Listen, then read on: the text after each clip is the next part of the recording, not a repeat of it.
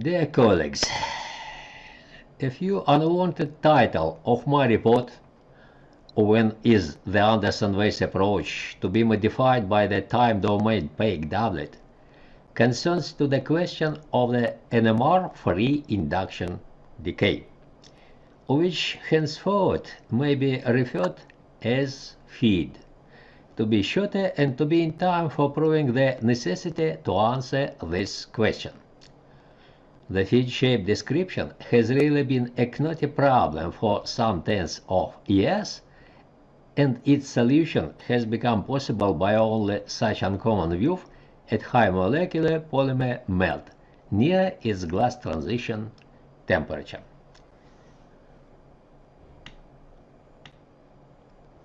Some words about outline of the report. Point number 1. How does entangled linear chain molecule move in polymer melt? Question number 1 has been answered by the reptation model in the 70th years of the previous century. You just see motion of 4 polymer chains in such entangled melt consisted from 100 chains. However, it's not original chains, but they are twice coarse-grained model or primitive chains. In other words, some monomer links are joined into a cone segment. The cone segments are joined into primitive segments, which in turn form a primitive chain, which you see. Advantage of the primitive chain is in visualizing the entanglements, each of which is a bend or twist of this chain. Now, for example, this bend, this bend, this bend, or this bend. Average distance between adjacent or nearest bends in entanglements is the primitive segment length, measured in number of the cone segments. Now, as you see, the distance between various nearest bends are various. It is primitive segment as the cone segment is the statistical kinetic unit.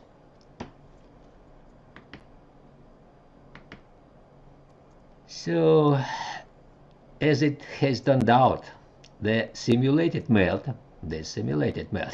and many other examples reproduced all theoretical diffusion time regimes of the reptation model.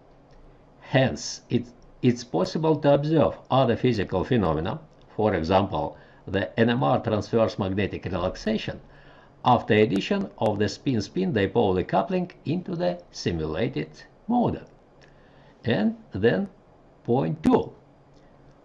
What is the relationship between the chain motion and the feed shape? Question number 2 has been a long-standing intricate problem since the same 70s years. Although the feed gives unique possibility to retrieve structural dynamic information at molecular level even in vivo. This report tries to make clear the formulated relationship by combining the molecular dynamics simulation and two NMR series, united by the reptation model. In other words, the subject of the report is how to construct a new scientific concept from only the old cornerstones. So, where is chains? Where is? Now let's pass on to the next slide.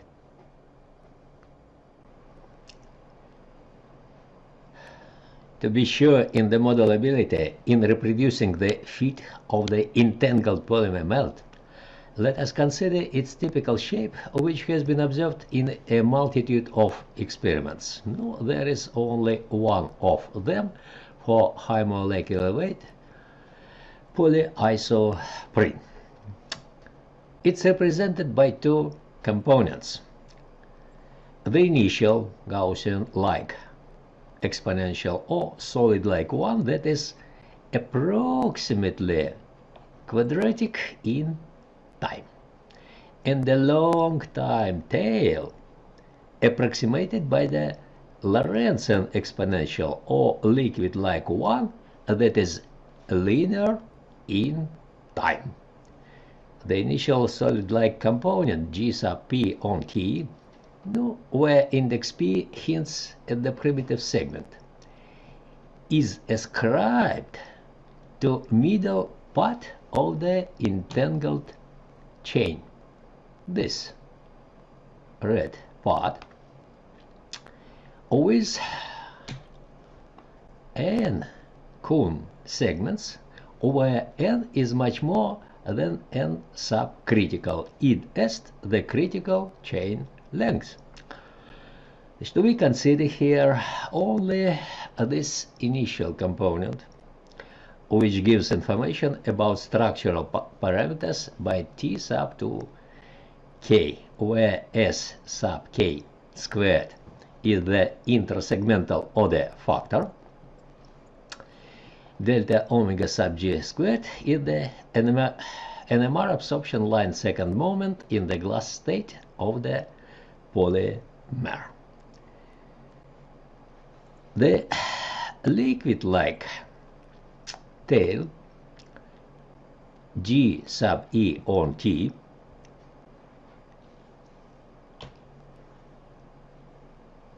so G sub E needs entirely another description because it's assigned to the pair of relatively free moving end fragments. These two fragments, dangling end fragments, with two n sub e Kuhn segments, and accordingly population P sub E, which is proportional to this value. T sub 2E carries information about dynamics of the Kuhn segment by T sub tau K, whereas T sub tau K is the Kuhn segment correlation time. As a conclusion, in the slide, all formula, this formula, and symbols in this slide reflect their historical significance and are slightly corrected further without changing their physical meanings. That's all. So at this slide, let us reveal a barely perceptible contradiction in transformation of the initial component with decreasing temperature in this direction. At high temperatures, relatively high temperatures, this transformation is fluent and is characterized by increasing its population and relaxation rate. These changes are reasonably described by existing conceptions about tau sub k and retimerization of the chain backbone. But sharp change occurs near the glass transition temperature. Of course, on the NMR time scale 10 kHz, at which the glassing temperature is much higher, near of this quantity, than the thermodynamic one, minus 70 degrees centigrade.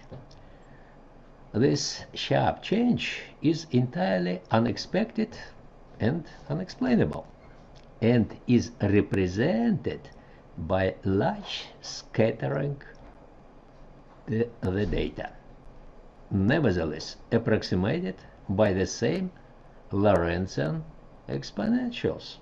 You see, there is large scattering, small scattering at these three temperatures, but all they are approximated by linearized in semi-logarithmic coordinates exponentials. Why? Because the experienced author, Chenov, has been sure in correctness of his experiment, but a theoretical description of such transformation was absent. The real transformation being observed is the oscillations superposed on the feed tail. Yeah. As it has turned out, Chenov has been right in all experimental points. What was corroborated by considering two papers with similar non-monotonic feeds.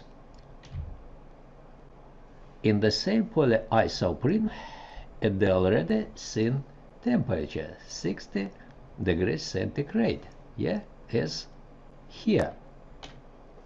No, there is only small scattering there.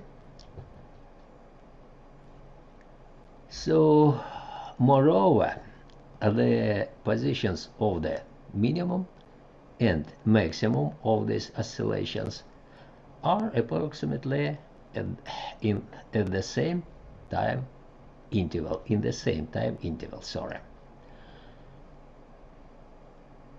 So, more the non-monotonic fields are also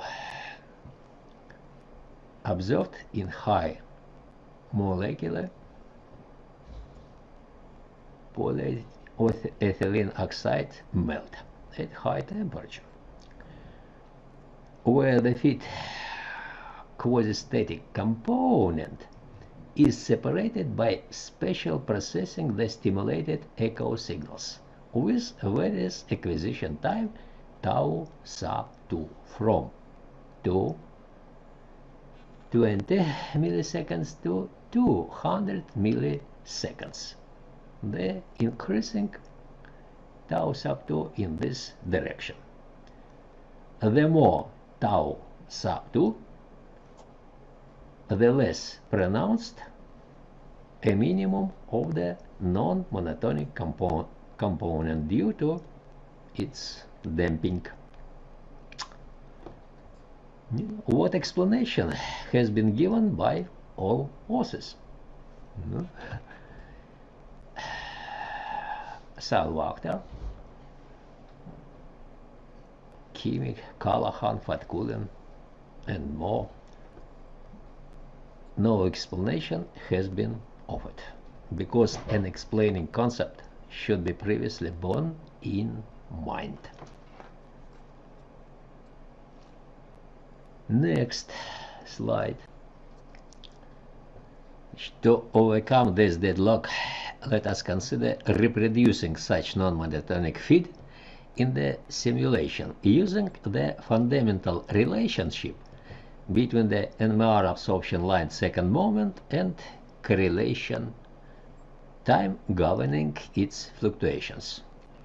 The dimensionless multiplication is compared to unity as the body value. Both multipliers have index p, which means that the second moment is inherited by a primitive segment due to weak anisotropy of the Coulomb segment motion, and tau sub p is its orientational correlation time.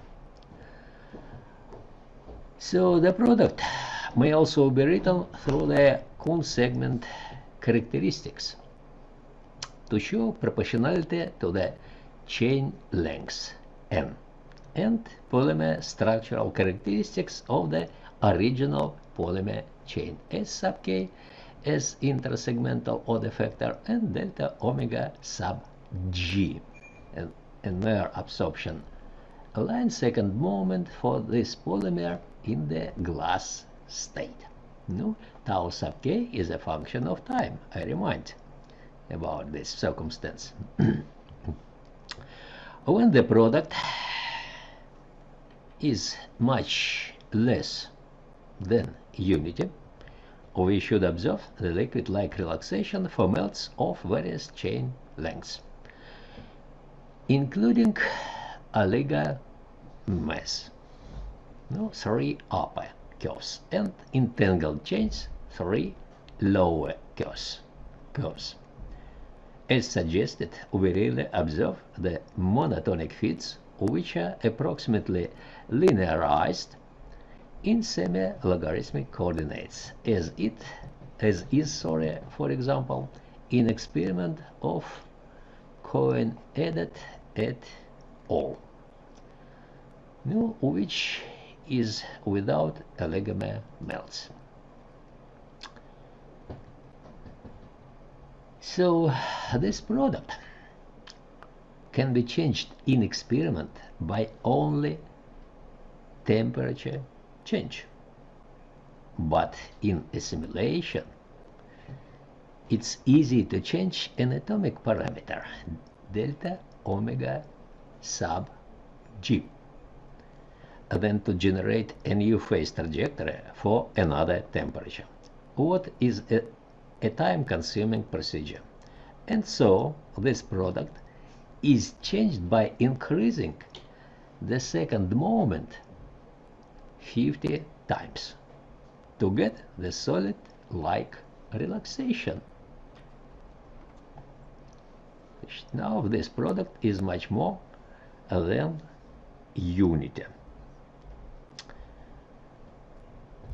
It's seen that oligomer melt, 3 upper curves, demonstrate appearing only small curvature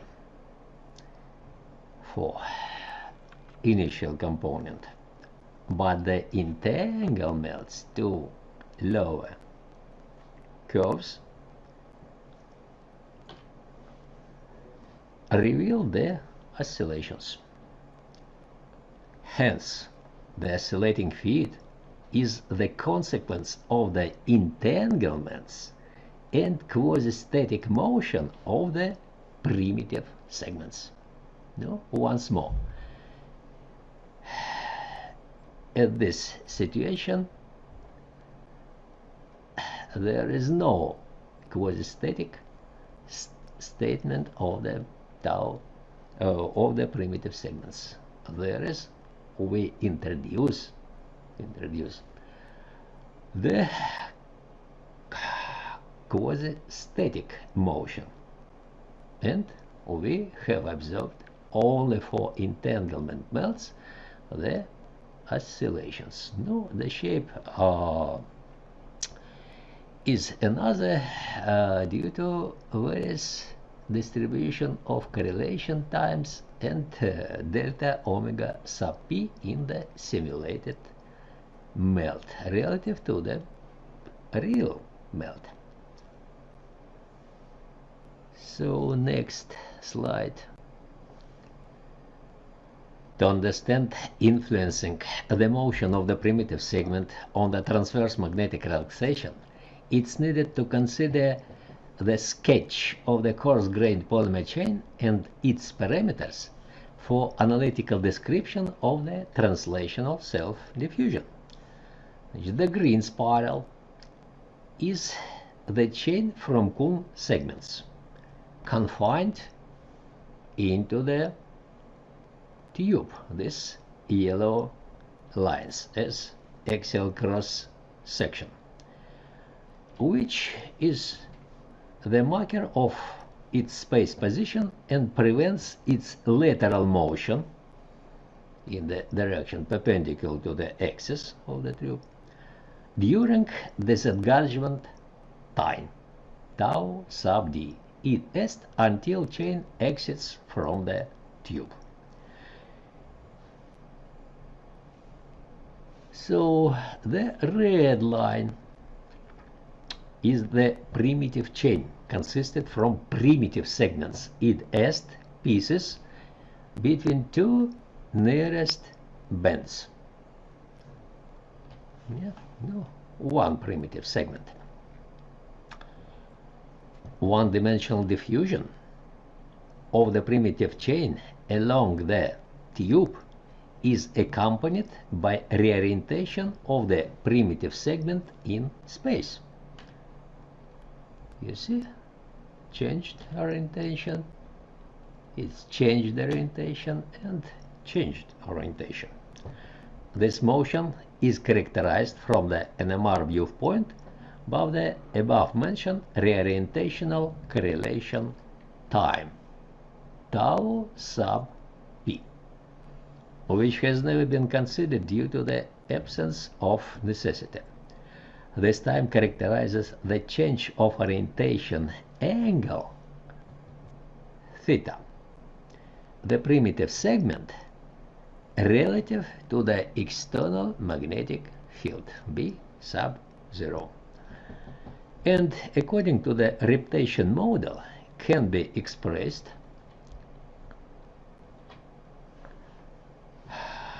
by the formula where it's a clear function of chain and primitive segment lengths. No, tau sub k is the correlation time of the Kuhn segment and is the length of the chain in Kuhn segments, and n sub e is the length of the primitive segment.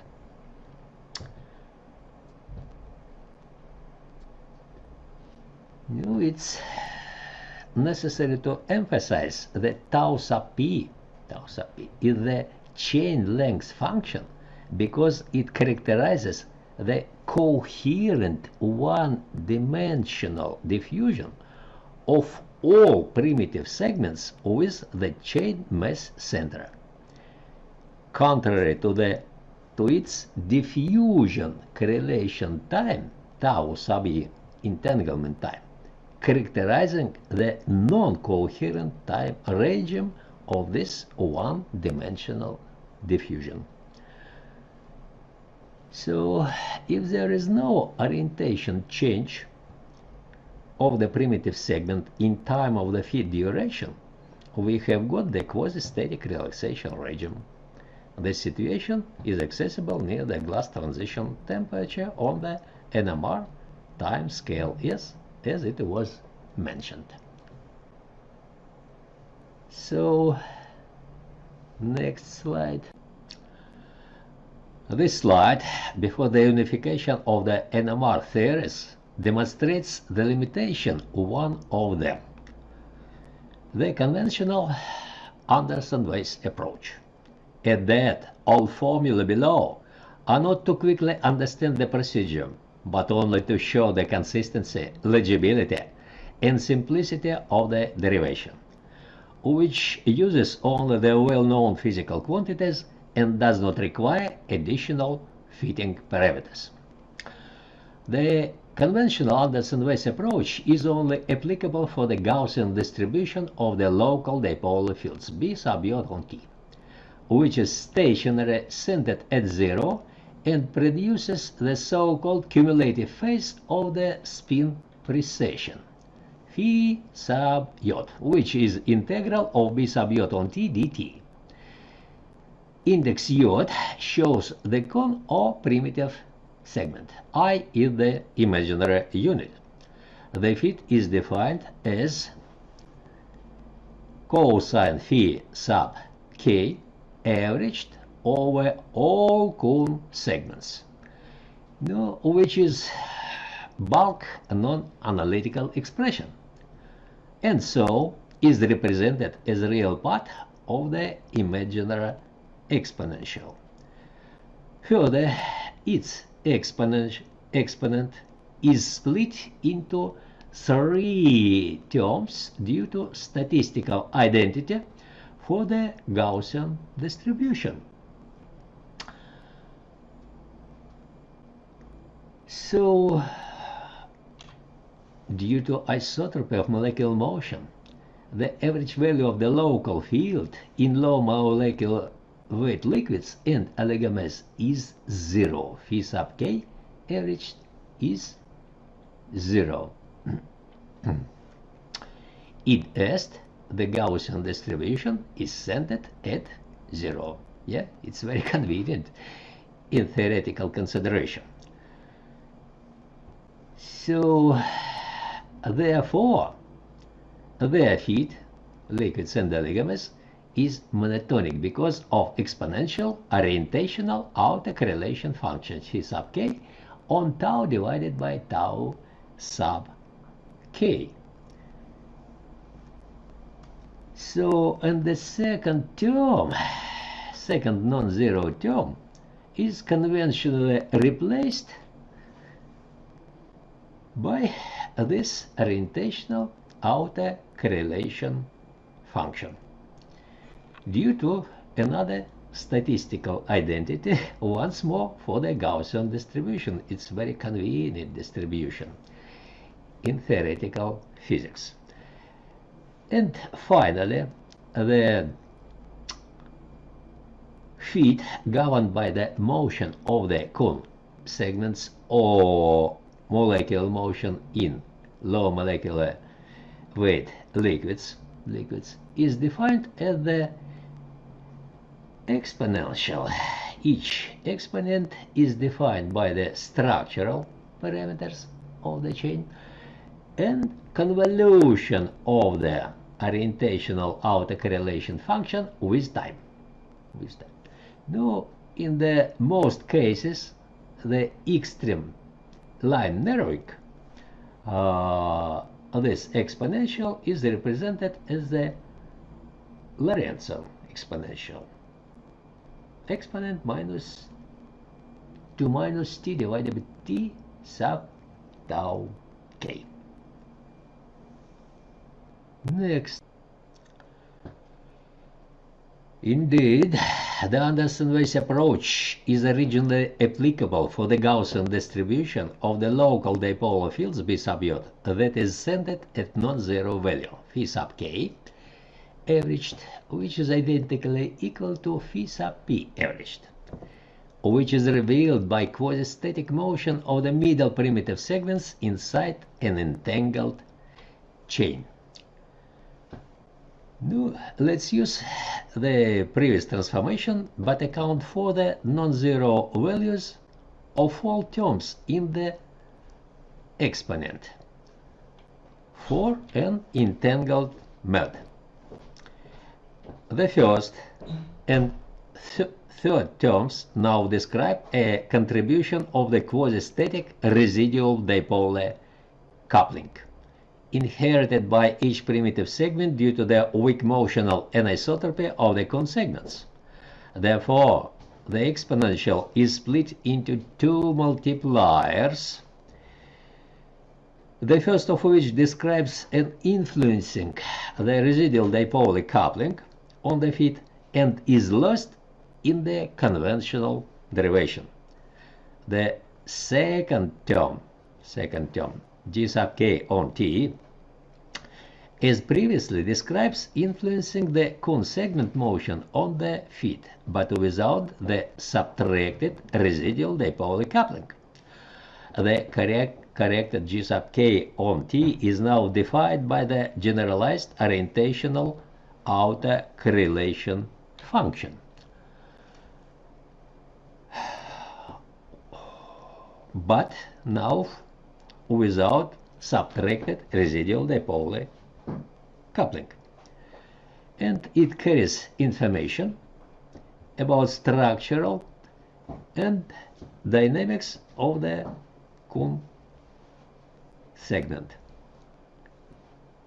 So, what's matter of this generalized orientational autocorrelation function?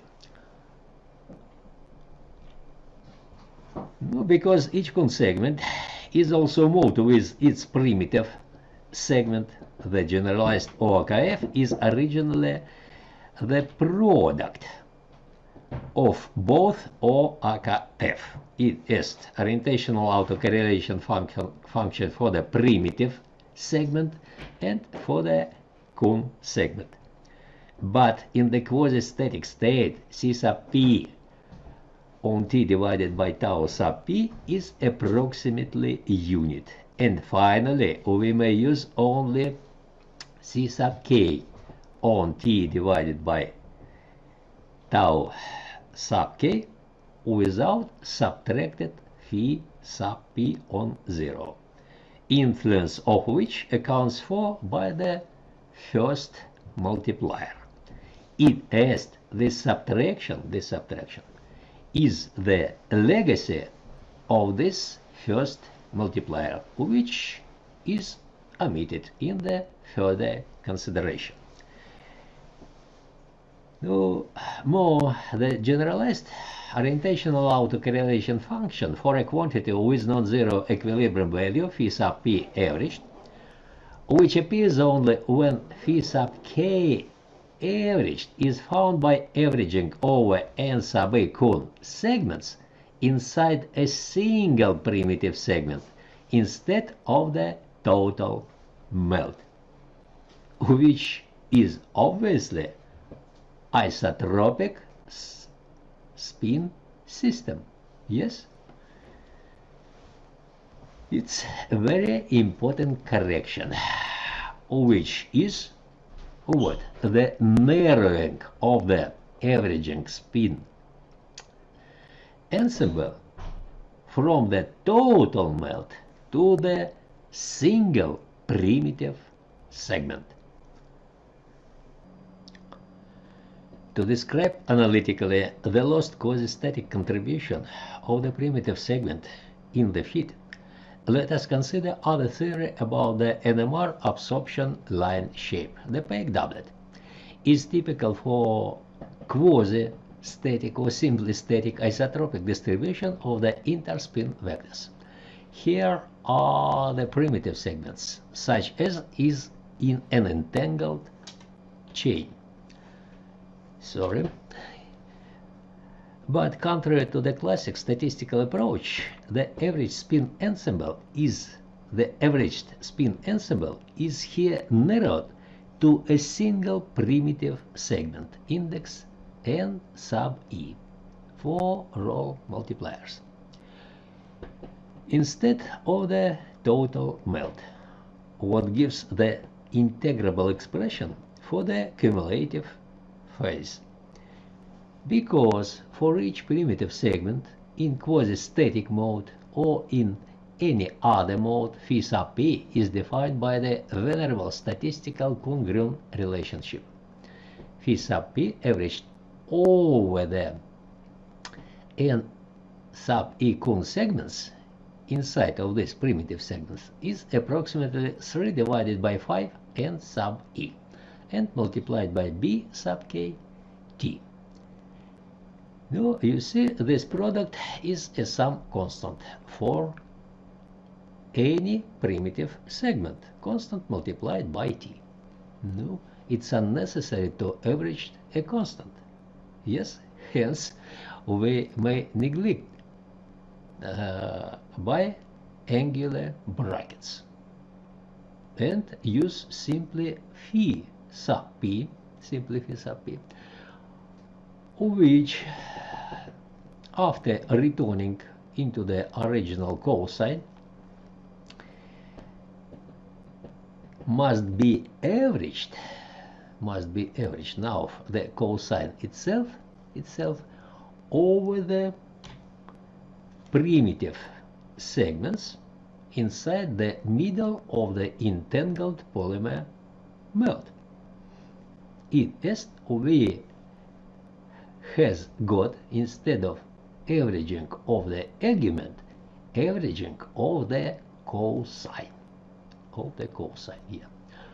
Now you see the projection of the entangled chain on the plane, onto the plane, yes?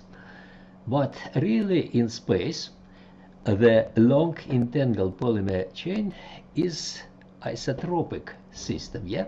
It is orientations of all primitive segments in it is isotropic in space, yes? Hence the resultant feed multiplier is the so-called polycrystalline powder average, over isotropically oriented primitive segments inside a long chain. Yes? So, finally, G sub P on T is multiplier which is governed by the residual dipole coupling and averaged over this number of primitive segments is represented by this classic fundamental integral. It's very simple from the viewpoint, but it's not simple. And according to it, I need to note that this procedure, polycrystalline powder average or averaging, applied to the liquid polymer melt is just a novel idea which permitted to finish this theoretical description. So, and with the help of this fundamental procedure, which is not integrable, but according to its physical meaning, is the Fourier image of the Pake doublet, which has been expressed long ago by Swanson in 1962. Yeah. In his representation, G sub P on T is expressed as this algebraic expression. Now, there is C sub x and S sub x are the Fresnel oscillating integrals, known since the 19th century. I'm sorry, 3 minutes left.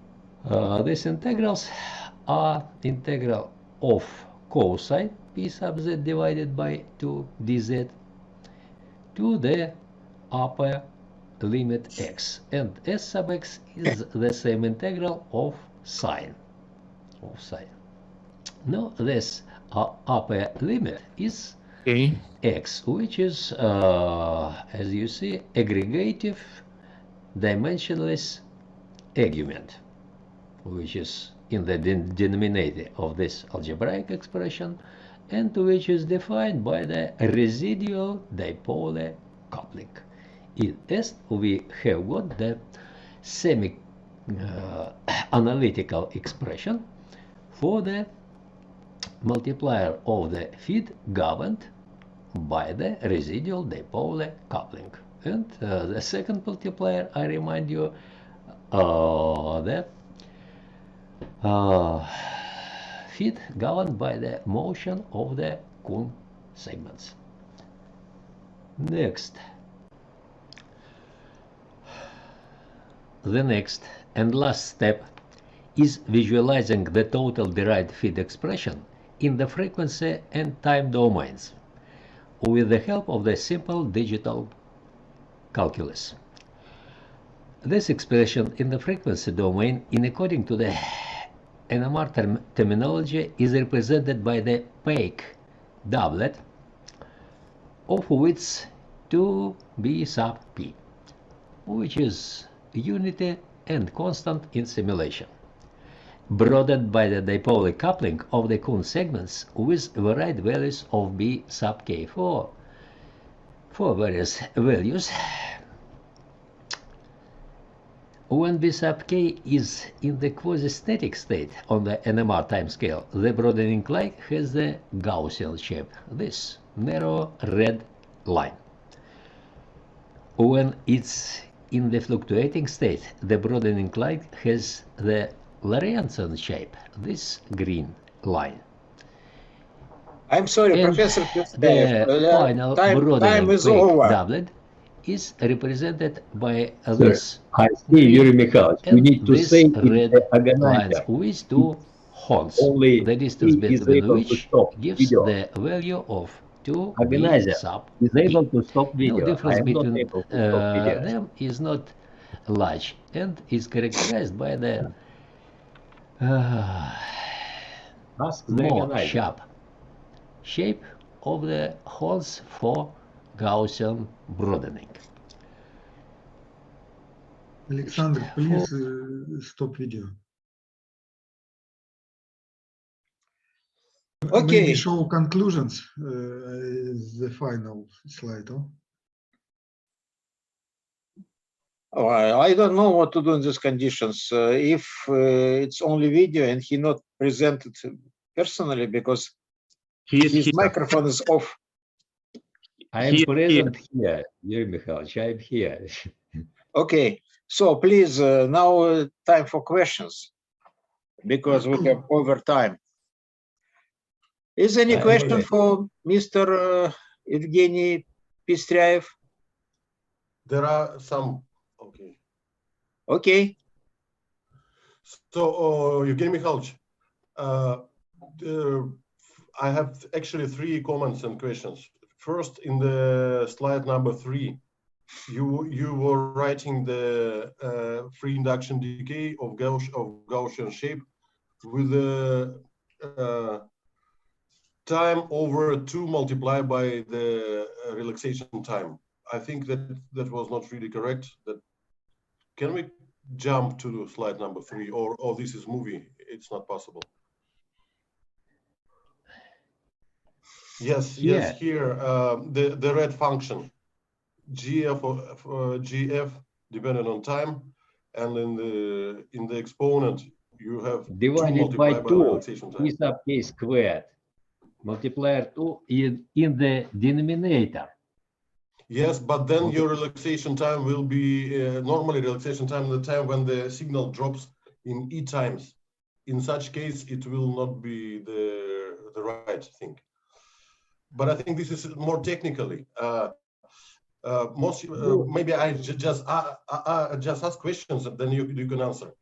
Then the experimental data, they are on a scale of milliseconds, and it was written the FID. In what way this FID was measured?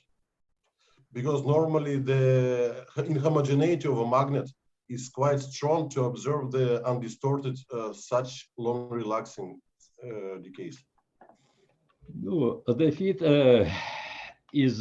has been got by